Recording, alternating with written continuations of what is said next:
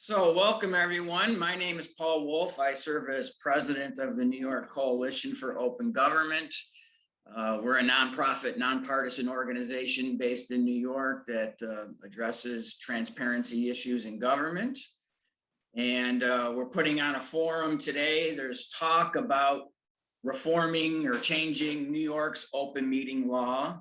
So we thought it might be interesting to learn how things happen in other states. So for today, I'm going to start out with giving just a quick 5-minute overview of what New York's open meeting law requires for a few items. And then we'll turn it over to, we have Virginia Hamrick, who is an attorney with the First Amendment Foundation based in Florida.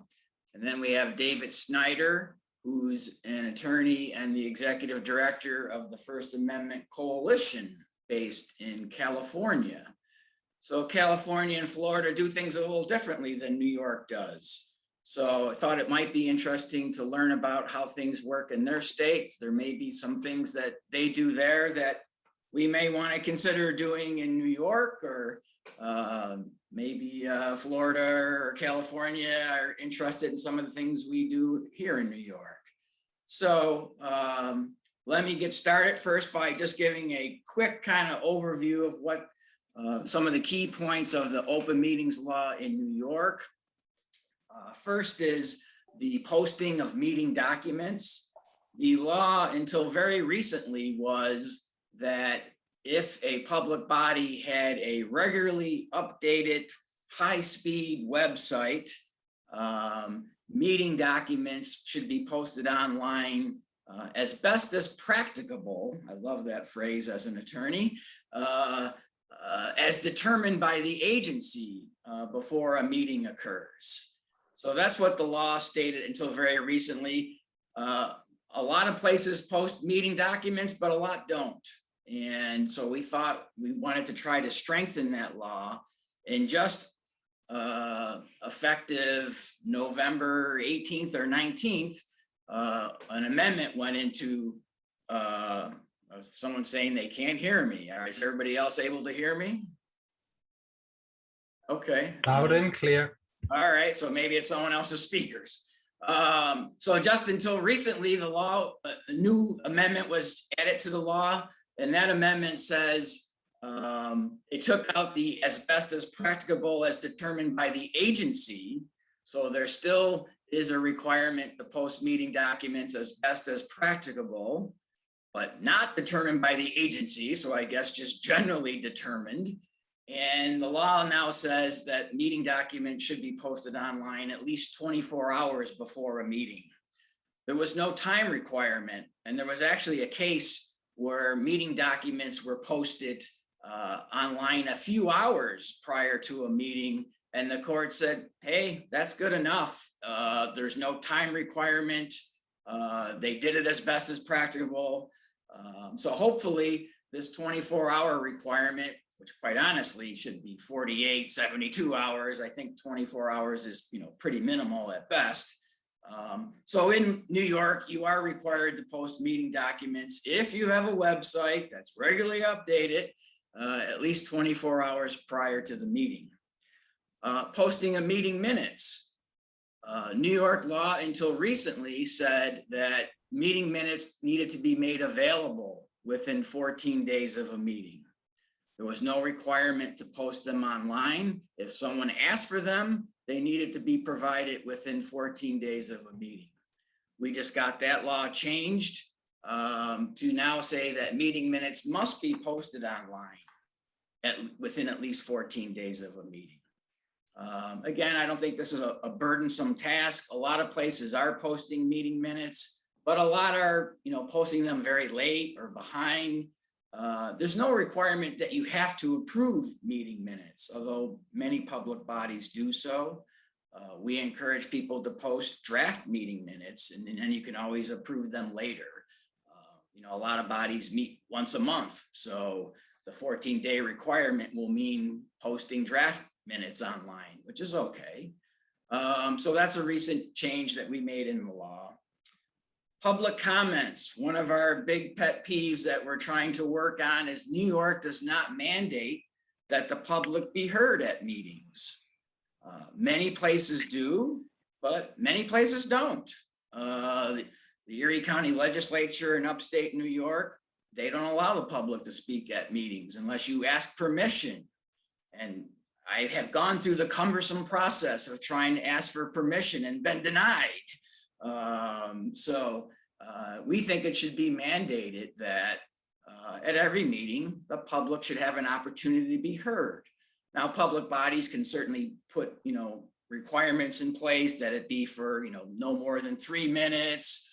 Things of that nature is what a lot of places do. They have a 3-minute limit. Some places will limit it to agenda items. I think it should be agenda or non-agenda items. I don't think 3 minutes is a long burden to hear from someone. Some places will put, we'll only do public comments for, no more than 30 minutes, whatever the case may be. But we think the law should be, New York should mandate public comments. Many states do. A lot of people, I think, are shocked to find out that New York does not. 2 more items. Enforcement of the open meetings law. In New York, no body or entity has any enforcement power. We have the New York State Committee on Open Government, which is a great resource of information, and they provide advisory opinions, but they have no authority to make anybody do anything. So in New York, the only way to enforce the law is for a citizen to hire an attorney, which is time consuming and expensive. Other states, Connecticut has a commission with some enforcement power. In other states, you can go to the Attorney General and the Attorney General will investigate and they can fine elected officials. We don't have any of that in New York. And that's something that's really lacking in our law. And the last thing I want to talk about is remote or virtual meetings. So the law prior to the pandemic, the law in New York was that you could do virtual meetings, but if you were a board member participating virtually, wherever you were, that had to be open and available to the public.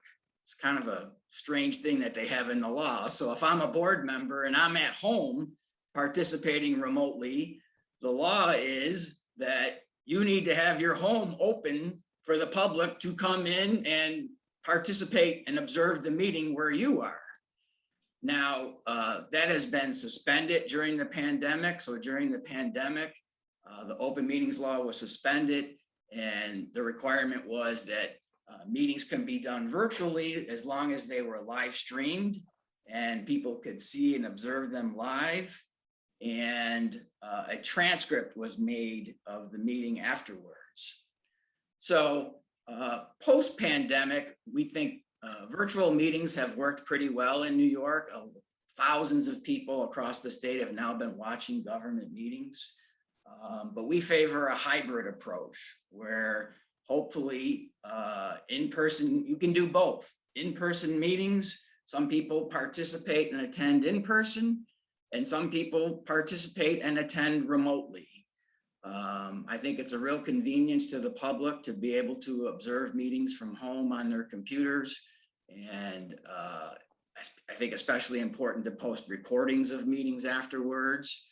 And the requirement of, people being able to come to your home to observe a meeting certainly needs to be changed. But we hope that the state legislature, as they think about how to change the law, move to a hybrid way of doing things, where at least a quorum of members are present in person. Some others may, we don't support 100% virtual meetings. There is a distinction in the law in New York that state agencies are allowed to, meet virtually and post recordings. And perhaps there should be just a different method for elected bodies. I think it's important for the public to be able to see their elected officials in person. And beyond elected bodies, I think it's important for planning boards and zoning boards as well. I would not want to see them just go all virtual. I think it's important for the public to be able to be present at those meetings.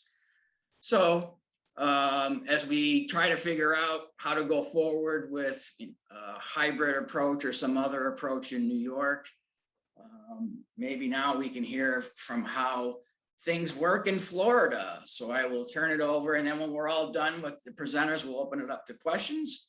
I'll turn it over to Virginia to touch on those items and how they work in Florida. Okay, Florida's Florida's Sunshine Law, which is our open meetings law. It applies at the local and state level. There are additional provisions and different provisions for state agencies, similar to what Paul was mentioning. And the Florida Sunshine Law requires meetings to be open, noticed, and minutes at the meetings must be taken. And the board has to provide a reasonable opportunity to be heard on a proposition before the board. And I'll discuss that a little bit more. As far as posting meeting documents, county, city, local agencies do not have to post meeting agendas. They don't even have to provide an agenda. They only have to give notice that a meeting is happening. Generally, that doesn't happen. Most boards do provide an agenda, but that's just the lack of posting an agenda. There's no repercussion, there's no requirement, and there's no repercussions for that. However, the state agencies that are subject to the Florida Administrative Procedure Act, they do have to post an agenda in any meeting materials online 7 days in advance of a meeting. And that's generally, that happens. I haven't seen the failure of that to happen. It's pretty good, and it's really easy to, generally it's easy to find those documents on the state agencies' websites. As far as minutes go, under the Sunshine Law, minutes have to be provided promptly. That has not been defined. I mean, that's not defined in the law. The Attorney General has stated that it's the plain definition of promptly, and it means just has to be performed without delay. And boards cannot wait to approve the meetings at the next, approve the minutes at the next meeting. They have to provide them once the minutes are completed, and whoever is writing them or creating them has completed that task. They have to be open to the public. And the contents of the minutes, it just has to be a brief summary or a series of notes of what happened at the meeting, so a member of the public can know what was discussed and what happened. A board does not have to provide a transcript. They don't have to record the meetings and provide a transcript. However, if a meeting is recorded and a transcript is made, that becomes a public record subject to disclosure.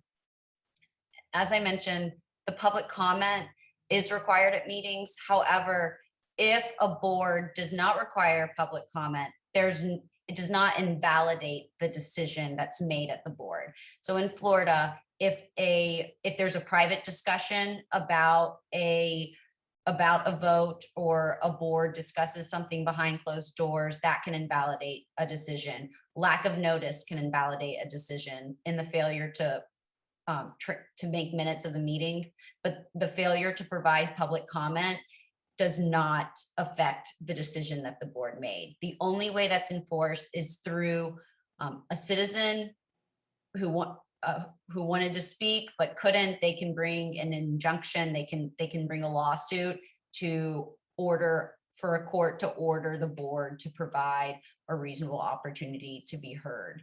And that's generally, it's normally limited to 3 minutes per person. And its rules just have to be reasonable, and they're pretty uniform across the state. We're seeing just with, as I think most jurisdictions are, with debates about COVID and COVID policies, the rules have been adjusted. Some boards are limiting their public comment time or putting them all at the beginning of the meeting, all at the end. So we're seeing that happen, but they have to be reasonable. And there really haven't been that many challenges to what is considered reasonable. And every time someone has challenged the reasonableness of a public comment period, the public has lost and the agency has won. And so some of those decisions include a requirement for a speaker to provide their name and address. And a court said if the ordinance only affects a certain area, this was in Miami-Dade County, and the ordinance would have only it was about short-term housing or short-term rentals like Airbnbs and VRBOs. It was only for a certain area of the county. So you had to give your address. So the county commissioners knew if you would be subject to the regulation. That was the reasoning for requiring home addresses to be given. And for enforcement, the other provisions of the law, like I mentioned, open and noticed and minutes, those do carry criminal penalties, civil, and they can be enforced civilly. We had a recent case a few months ago where a board met in private and 2 board members were charged criminally with meeting behind closed doors. So they're few and far between, about only like 2 or 3 a year of criminal convictions related to the Sunshine Law, but we do see them here. And so now to remote meetings and how that happens. Like I mentioned, there's the state board subject to the APA and the local boards who are just subject to the Sunshine Law. And the state boards can meet remotely. That was a decision made. It was a law that was passed in the 1990s. And so it started with conference calls. And it was because of the size of the state. The legislature thought they should be able to conduct meetings at their various locations without coming to Tallahassee, where most of the agencies are based. And some are also based in South Florida. So it was a distance issue and efficiency. And they can have a quorum remotely. They have to provide, when they meet remotely, they have to provide a way for the public to watch the remote meeting and give any information if there will be technology available at a library or a government facility where someone can go and watch and participate in that meeting. And they still have to have a way for the public to comment on decisions. And so that didn't really change during the pandemic, because prior to the pandemic, these boards could meet remotely. They could during the pandemic, they can afterwards. That hasn't really been affected. What was affected was our local boards, and local boards have to establish a quorum in person at a physical location. However, one board member, if there's an extraordinary circumstance such as illness or a medical procedure, they can participate virtually.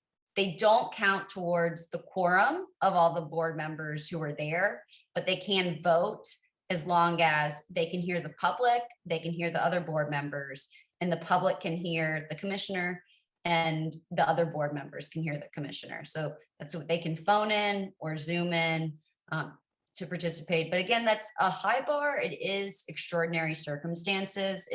And it can't be a scheduling conflict or a time issue. It has to be related to health and the ability to come in person. But during the pandemic, the Attorney General wrote an opinion to the governor saying the requirement for quorums could be suspended by executive order. And then the governor signed the executive order allowing the quorum requirement to be suspended. No other portion of the Sunshine Law was suspended. So meetings had, again, to be noticed. They had to be open. Boards had to give a way for the public to watch and the public to comment. And we saw many different ways of commenting. Some just allowed emails, some set up a place in like a government building where you could come and record yourself and those would be played. So we had a variety of different comment at the virtual meetings. That executive order suspended, or it expired in November of 2020. So boards are supposed to be meeting in person. We had some issues at first because COVID was still going on and a lot of board members didn't want to meet in public. So it was really tricky in December and in last winter, boards trying to comply with in the absence of the executive order, but we're back to normal. We should be. There's still some groups that are only allowing comment by email, but you can go to the meeting. So we're seeing a lot of different things across the state, but some boards are operating completely as they did before the pandemic. Yeah, and I think that about covers it. Okay, thanks. So let me turn it over to David Snyder, who's an attorney and the executive director of the First Amendment Coalition based in California. So he's on a whole different time schedule here. That's right. Thank you, Paul, and thank you for having me here. This is a really interesting discussion. On the 4 points, just very broadly at first, California requires that agendas be posted, but not necessarily any of the supporting documents. Minutes are not even required to be taken or preserved, much less actively posted. Public comment is really a fundamental right under California open meetings laws, and arguably actually under the California Constitution. So that's a really important distinction with New York. And then I'll get into the remote meetings, which gets a little bit complicated later. So as to meeting documents, as I said, agendas have to be posted 72 hours in advance for a regular meeting. If there's a special meeting, that's a 24-hour time frame, and then there are limited conditions under which an agency can have an emergency meeting. And if those conditions are met, the notice requirement is only 1 hour. Agendas have to contain concise and not misleading descriptions of every item that's going to be discussed. As to kind of packets of information that are that legislative bodies may be reviewing during the meeting, those are not required to be affirmatively disclosed at any particular time. But once they are provided to the legislative body, they must be provided upon request to any member of the public. So they don't have to be affirmatively put out there, but they do have to be provided if you ask for them. Minutes, as I said, the California law does not even require the creation or preservation of minutes, but it does require legislative bodies to publicly report any action taken and the vote or abstention on that action for each member. And if a legislative body does prepare minutes, then those are public records under the California Public Records Act that have to be disclosed. And the same is true if any video is created or any transcript, anything like that. Moving on to public comments. As I said at the top, this is really a fundamental right under California law. Agencies are required to provide public comment. The phrasing in the law says they are required to allow the public to, quote, directly address the legislative body on any item of interest to the public. And there are specific restrictions. Agencies cannot, for example, disallow criticism of the legislative body or its policies. There is a distinction on public comment between regular meetings and special meetings. At regular meetings, the public has to be provided an opportunity to comment on any item within the subject matter jurisdiction of the body. At special meetings, and these are the meetings that are where notice is allowed to be provided only 24 hours in advance rather than 72. The legislative body can limit discussion to items that are actually on the agenda. So as I said, public comment is really a crucial aspect of California open meetings law. Regarding remote meetings, before the pandemic, teleconference meetings were allowed. However, at least a quorum of the body, at least a quorum of the body had to physically remain within the territory of the agency. Notices of any teleconference meeting had to be posted at what the law refers to as teleconference sites. And so I think what that means, although it's a little bit ambiguous, it sounds like it's somewhat similar to Florida, where wherever a member is appearing remotely, the public has to be allowed to go there, and there has to be a notice posted there. And all of the teleconference locations have to be posted on the agenda. So in essence, there has to be a physical space where each member of the body that's teleconferencing is meeting for the public to observe and listen to the proceedings and to comment publicly. So the public comment right doesn't go away when there's a teleconference meeting under the pre-pandemic regime. So at the outset of the pandemic, the governor issued a couple of executive orders that removed a lot of the requirements that really limited the practicality of teleconference or remote meetings. So there don't have to be any physical locations where the public can participate in the meeting. They can be purely virtual. There's no requirement under these executive orders that any quorum be physically present in the territory. But again, the public comment right remains. So even as the state moved over to entirely remote meetings, the public comment right stuck, and it was not always fully observed, especially at the beginning of the pandemic. We saw a lot of agencies that said, well, you can comment, but it only can be by writing, and it has to be 24 hours in advance of the meeting. And in my view, that was a pretty plain violation of the law, even given the governor's executive orders.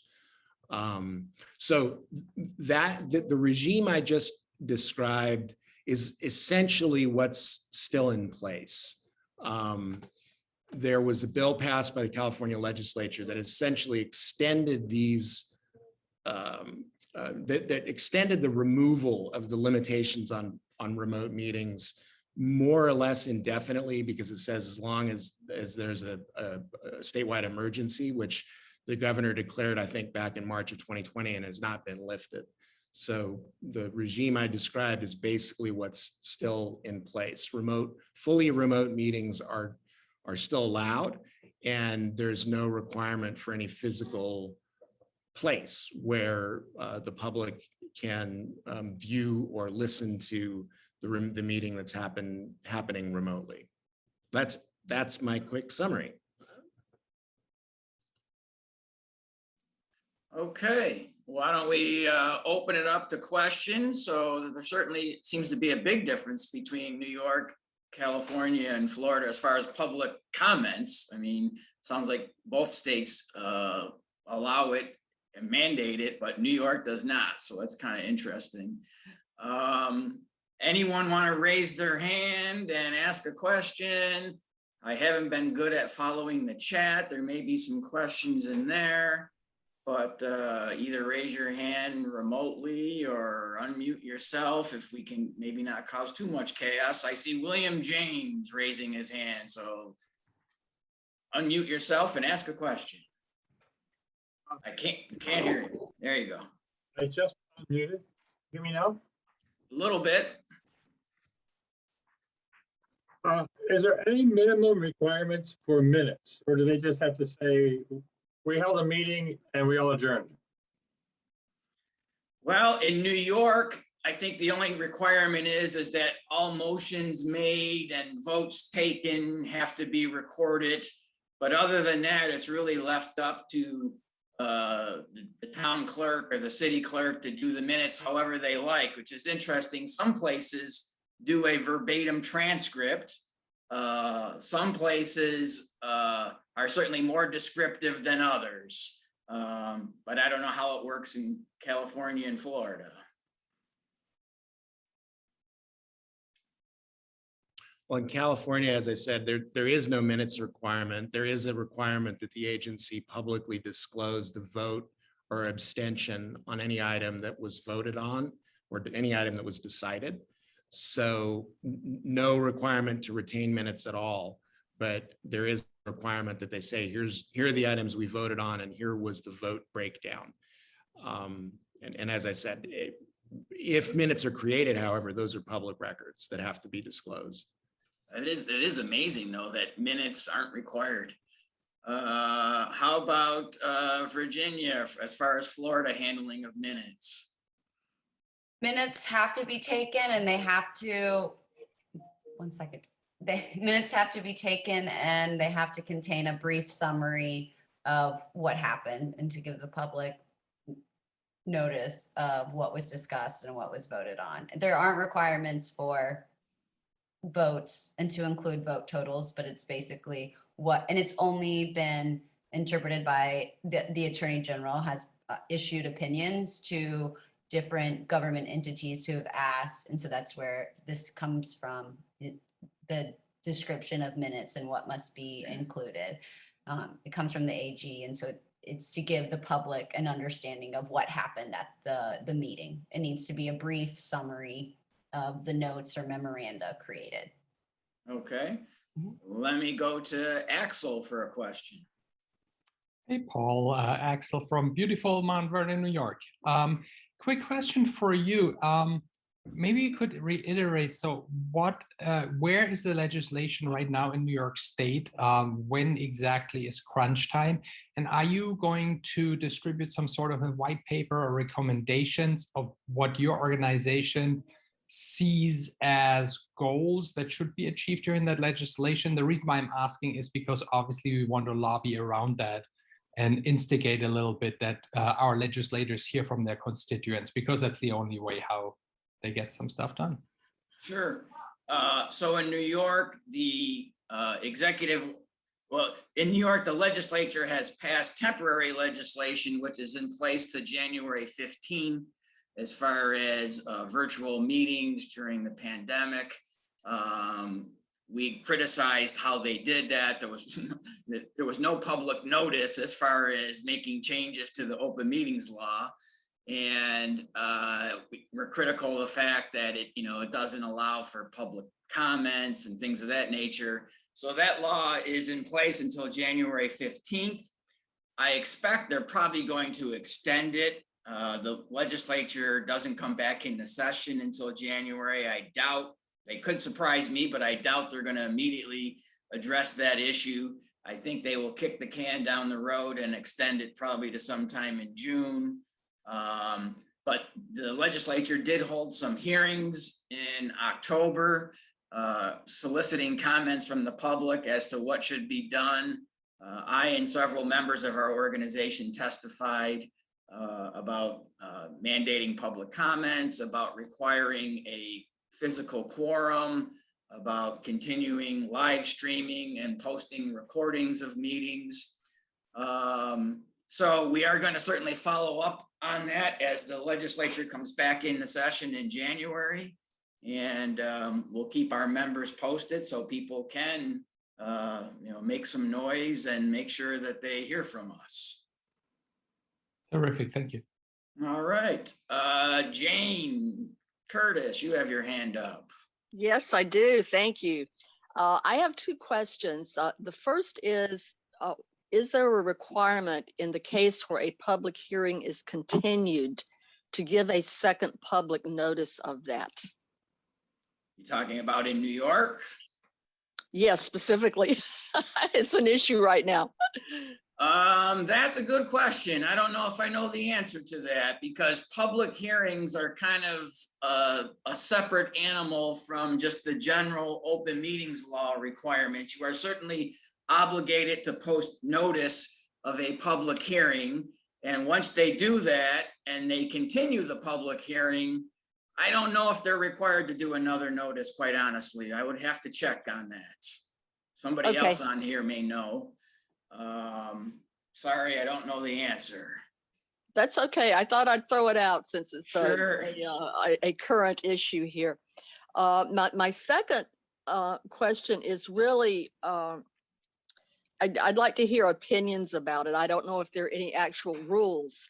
And it pertains to situations where you have members of a board or public body coming together informally, maybe even socially, and they inadvertently form a quorum. Are there rules about that?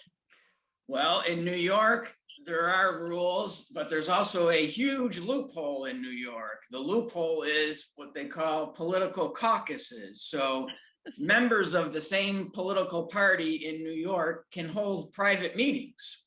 So all the Republicans can have a meeting, all the Democrats can have a meeting. And in those meetings, it's supposed to be to talk about party business.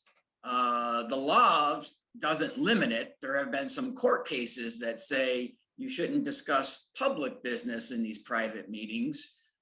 So there's a huge loophole in the law where political party members can gather and talk. But if members of both political parties meet and there is a quorum present, that's against the law. They're not supposed to be, having discussions in private regarding public business. Right. I don't know. Interesting. I don't know. I was really thinking of something, truly inadvertent, people who, had no intention of violating the law or discussing business, but they happen to inadvertently and innocently find themselves in a situation where they are a quorum. And can, to what extent can issues be raised about that? I would think that, no notice was given that a meeting was to be held. So, to me, it would seem to be largely a non-event. Well, in New York, I think they got to be careful. And I think Florida may even have a tougher rule. So I'll let Virginia and then David address that.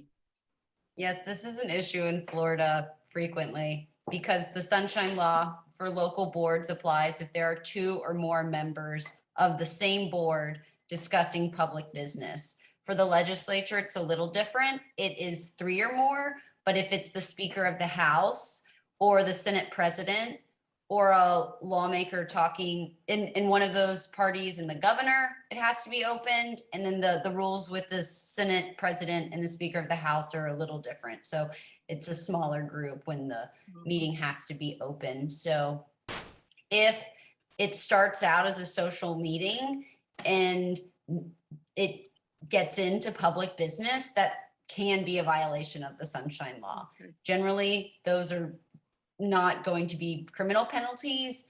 It's normally a citizen or a journalist will bring a lawsuit and the decision will have to be, the decision will be void and there will need to be another vote. You normally don't get criminal sanctions over that, but that is a violation of the Sunshine Law, even if it starts out socially, because there's no notice to the public and it's not open to the public, but then lawmakers talk about open meetings. It is obviously hard to prove, so it is hard bringing these lawsuits, and it's generally done by looking at how long the decision was discussed at the board meeting. They had a huge, like in one case, there was a huge severance package for an employee, and they didn't talk about it at the meeting. They just voted on it, and that was one way it led to the discovery that all of this was discussed behind closed doors, and it revolved around like a Super Bowl party. So it sounds like for board members of goodwill who inadvertently find themselves in this situation, they just need to be really clear about drawing the line as to the content of their discussions. Yes, and I think a downside of how broad Florida's is, there will be lawmakers who will say, oh, I can't discuss this because I will be violating the Sunshine Law. And like, it's not true. Or they won't talk to reporters and they'll say, if I tell you this, I'm violating the Sunshine Law, which is not true. That there's case law on that does not implicate the Sunshine Law. It's only members of the same board. A board member can talk to the public, can talk to anyone they want about public business. So in Florida, 2 board members can't have a conversation about piece of legislation, correct? Correct. And our amazing. caucus meetings are open. So in New York, you and a fellow board member can talk about things. You and 2 or 3 board members can talk about things, long as you don't have a quorum. But in Florida, you and another can't even talk about it. So David, how about California? Yeah, in California, it's a quorum. So any discussion of a matter within the legislative body's subject matter jurisdiction between a quorum of the body behind closed doors is a violation of the state's open meetings laws. And that discussion can take place and constitute a violation, whether it's oral conversation or whether it's by email through intermediaries. So if, for example, a staffer of a city council is passing a note, if you will, between one of the city council members to another, And that constitutes kind of a conversation between those three, and it's a 5-member body. That would be, depending on the content, it would be a violation of the state's open meetings laws. A serial, referred to as a serial meeting. So, the mere physical presence of a quorum within the same physical space, that's not necessarily any violation of the open meetings laws. It's what they're talking about, or if they're talking. And the law is pretty broad in California. It's discussion on any matter within the body's subject matter jurisdiction. The law until about 15 years ago was that any discussion had to be toward developing a collective concurrence at the body. So that's a little narrower, but it was broadened about 10, 15 years ago to include any discussion of the matter within the legislative body's subject matter jurisdiction. So, New York has this political caucus exemption, so it sounds like that doesn't exist in California or Florida, where members of the same political party can meet behind closed doors. Is that true at the locals? It is, yeah. Wow. I mean, in California, and I assume that's probably similar in New York, we are, at the state level anyway, it's so dominant, the state is so dominated by Democrats. And at the local level, it's very bifurcated. So there are counties and localities that are almost entirely Republican, and then counties and localities that are almost entirely Democrat. So, I mean, if you had that exception in California, it would pretty much do away with the rule. The same in Interesting Florida. Our legislature is very Republican, and then our cities and counties are pretty much one party. The ones that are conservative are all, the ones that are Republican are all Republican. The ones that are Democrat are all Democrat. There's a few outliers like Orange County, but for the most part, it's one party at local level. So that does seem like a big problem. Right. In New York, there was a lawsuit. The Buffalo Common Council is typically all Democrats, and they would have a closed door caucus meeting. And the Buffalo News filed a lawsuit. And the decision was that you can have a caucus meeting when you have the entire majority, but only to discuss party business. You cannot discuss public business. Now, how do you police that? Behind closed doors. But to their credit, the Buffalo Common Council, now when they do their caucus meetings, they do it in public, in the open. So they typically run through the meeting agenda, but reporters are there and interested members of the public are there as well. David raised an interesting issue, though, about the email conversations. Does New York have any rules about email decisions? Yeah, the same as California. You can't have a series of emails or phone calls where you reach a decision, basically. That's not allowed. That, again, it's a hard thing to prove a lot of times, but you can't, to avoid meeting by a quorum, you can't just have a series of phone calls or emails and reach a decision away from the public. Okay. So let me turn it over to Michelle, who has a question. Yes, first of all, thank everybody for your time. The information is very helpful. I didn't hear anyone speak about enforcement in their state, because again, there's such a lack of enforcement, not in this state, but nationally. Sitting in the national conference, there's a few good models, but what's going on in the other states as far as enforcement? David, you want to go first? Yeah, enforcement in California as a practical matter is left to private entities. So individuals who want to bring a lawsuit in civil court. Technically, the violations of the state's open meetings laws can be criminal charges, misdemeanors, but I don't know of an instance where a DA has actually brought criminal charges based on a violation of the state's open meetings laws. There's no commission or body that enforces violations of the state's open meetings laws. It's left to civil litigation for the most entirely. I mean, again, theoretically, there could be criminal charges brought, but I don't know of any instance where that's happened. Virginia?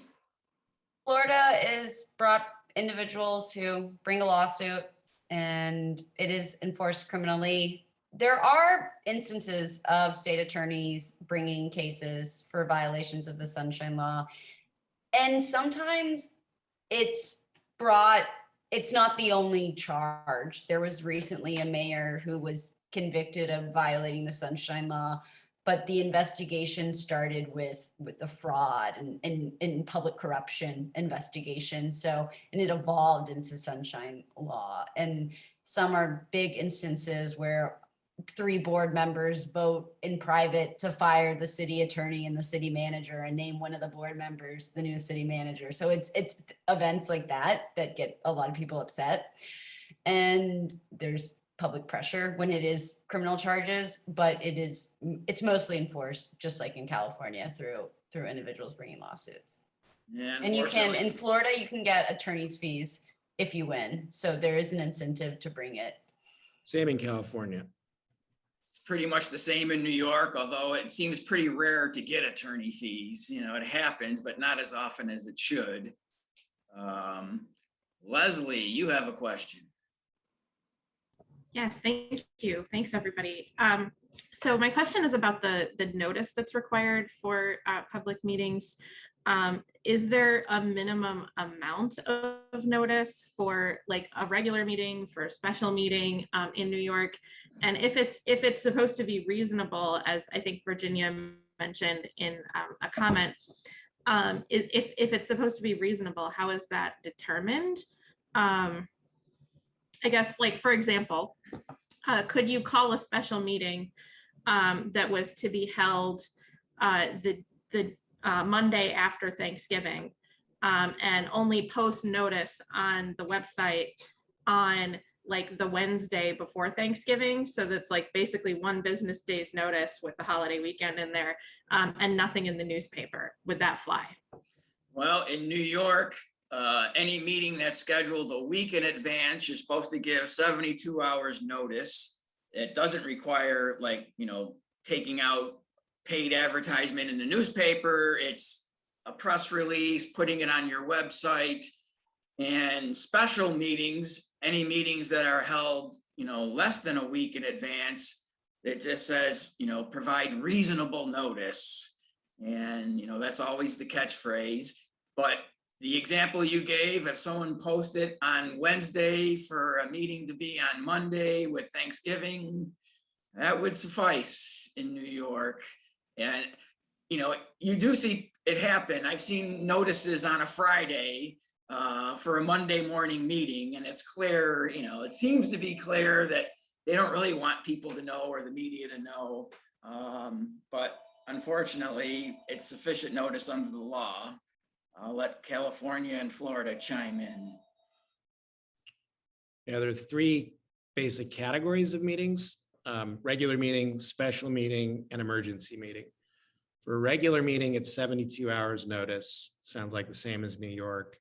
A special meeting, which doesn't, there really aren't any clear or otherwise requirements in the law for when a special meeting can be called. But in any event, special meeting is 24 hours notice, and an emergency meeting can be convened on only 1 hour notice, but they're very specific. It's only for kind of drastic circumstances, such as work stoppage, crippling activity, or other activity that severely impairs public health, safety, or both.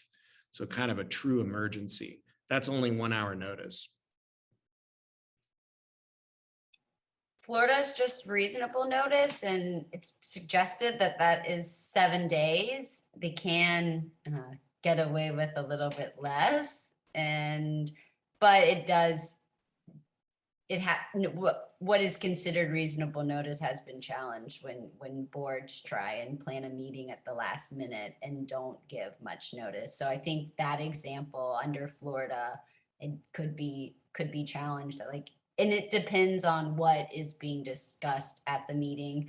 Emergency meetings in Florida, there's no requirement. It's recommended that it be no more than 24 hours, like no less than 24 hours notice. And that's generally what it is. The 1 hour notice seems crazy, but you said there are lots of requirements for that. So hope it's not widely used. All right, let me go to Maria. Okay, hi.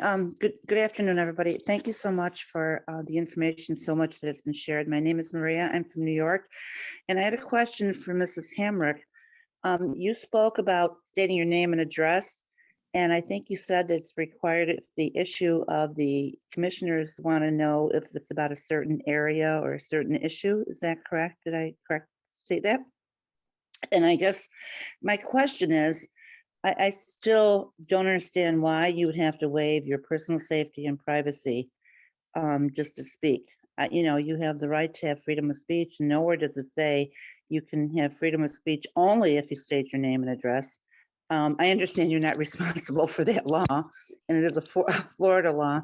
And the other issue is, and I think as Paul indicated, we recently did some testimony to the New York State Legislature because there's also some issues of domestic violence. So if a person's a domestic violence victim and there are state and federal laws to protect her, but now in order to ask a question, he or she has to state their name and address and potentially put themselves in some kind of harm. And I suppose there's other things like child custody issues and things like that. I just don't see what the rationale is for waiving one's privacy, and it does seem weak just because the commissioners want to know. Because usually they know who you are anyways. They send you text bills, water bills, and I guess I just don't know how old that state your name and address is from Florida. Is it something that you guys are working on changing, or is it something that you think is okay? And also, Mr. Snyder, I don't know how that works in California as well. So I don't know if either one of you choose to answer my question. Well, boards aren't required to ask for a name and address, I should say. They just have to provide that reasonable comment period, and they can have rules that go to the regulation and the controlling disturbances and like the orderly conduct of the meeting. There's been just kind of broad language like that. So if the rule goes to maintaining order or it goes to the efficient regulation of the meeting, they can put in a rule like requiring speakers to provide their name and address. And that was a case where speakers did not want to provide that information, and they sued under the Sunshine Law, and they lost because the court said it was reasonable for the county commission to know whether they would be affected by that regulation. So it's not in the Sunshine Law where that is required. It's just the Sunshine Law allows boards to implement rules, and that's one of the rules that was implemented and upheld. I have talked to some people who have not wanted to speak because I think it was the city of Fort Lauderdale asked for name, number, email, your position, and it just was so much information, and it was an online form. And it's one of those, if you didn't enter everything, you couldn't submit it. So it's not like you had the option to leave off your, if you were going to be for or against it, you had to check that, and you had to provide all the information. So we do think it can deter speakers, and they don't want to speak, but then the city argues you're going to go up and speak anyway and give your position. So what is the difference between giving us a record of it, and then the city has essentially a database? Then they could create one, but they're compiling records on where people live and what their position is, and it's just like an excess records creation in that process. So I think it can deter people who want to speak if they have to give, especially when you're asking for emails and you're asking for their position. And like, I think one asks for their political party, and it's like, this is so much information just to participate at the meeting. So it's not required. That was just a rule. I don't think it's a great policy because I think it can have a deterring effect. And I think the rules that you have to sign up in 24 hours in advance to speak, I think also could could deter people from speaking. And because if they don't know the meeting's happening until later and they didn't sign up and they didn't make it, but yeah, that's what we're dealing with in Thank you. Florida. Thank you for that. In California, the law specifically bars asking for sign-in to attend a meeting. So they can't require you to sign in when you come in the door.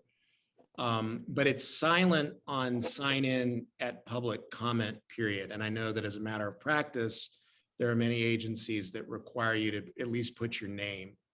But I don't think the law, while it does not bar public sign-in for public comment, I also think it doesn't, or I also know it doesn't require it. I don't know of any challenges to that, although there probably are, because Maria, you raised significant concerns. There is a First Amendment right to anonymous speech. That doesn't mean anonymous speech in all contexts. And I can see some practical reasons that a legislative body would want to know who's talking. But especially when it gets more intrusive, like give us your address and all your contact information. I've suggested to folks before that they just put a fake name when they sign in. They don't want the board to know who they are. Just put your middle name as the only name there.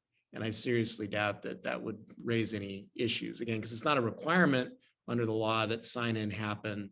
At the same time, the law doesn't prevent agencies from doing that, from asking for it. Yeah, this issue has come up in New York as well. I don't believe it's been litigated. There are opinions from the New York State Committee on Open Government. We're the coalition. The committee is the state recognized open government body, and the committee has issued opinions that people should not be required to give their names and addresses, but many public bodies do ask for it. So this is something that we're dealing with as well. Let me go to Michael. You had a question. Thank you, Mr. Snyder. Hi, everybody.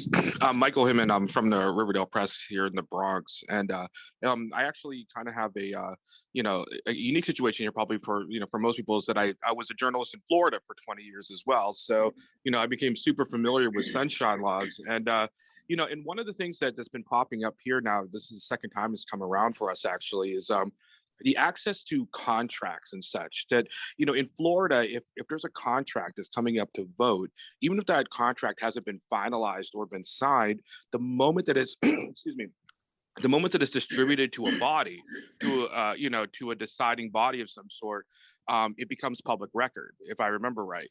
But in New York, it's a little bit different. Like we have, for instance, a contract, $195 million contract that has come up, and the only way that we could view this contract is by, schlepping down to Manhattan, going up to the 14th floor of a building, and basically under, security guard watching us. We're not even allowed to take pictures of pages or anything. We can flip through the contract, but we can't get a copy of it. Like we can't, get a PDF of a dissent to us, which would normally be done in other circumstances. I didn't know if the coalition was working on anything in terms of, of trying to create that where it's, once it's before a public body for sure, that there's discussion about it. And, in this case, it'd be New York City's contracts committee that, that this is something that'd be available for journalists and anybody, the public, to be able to look at.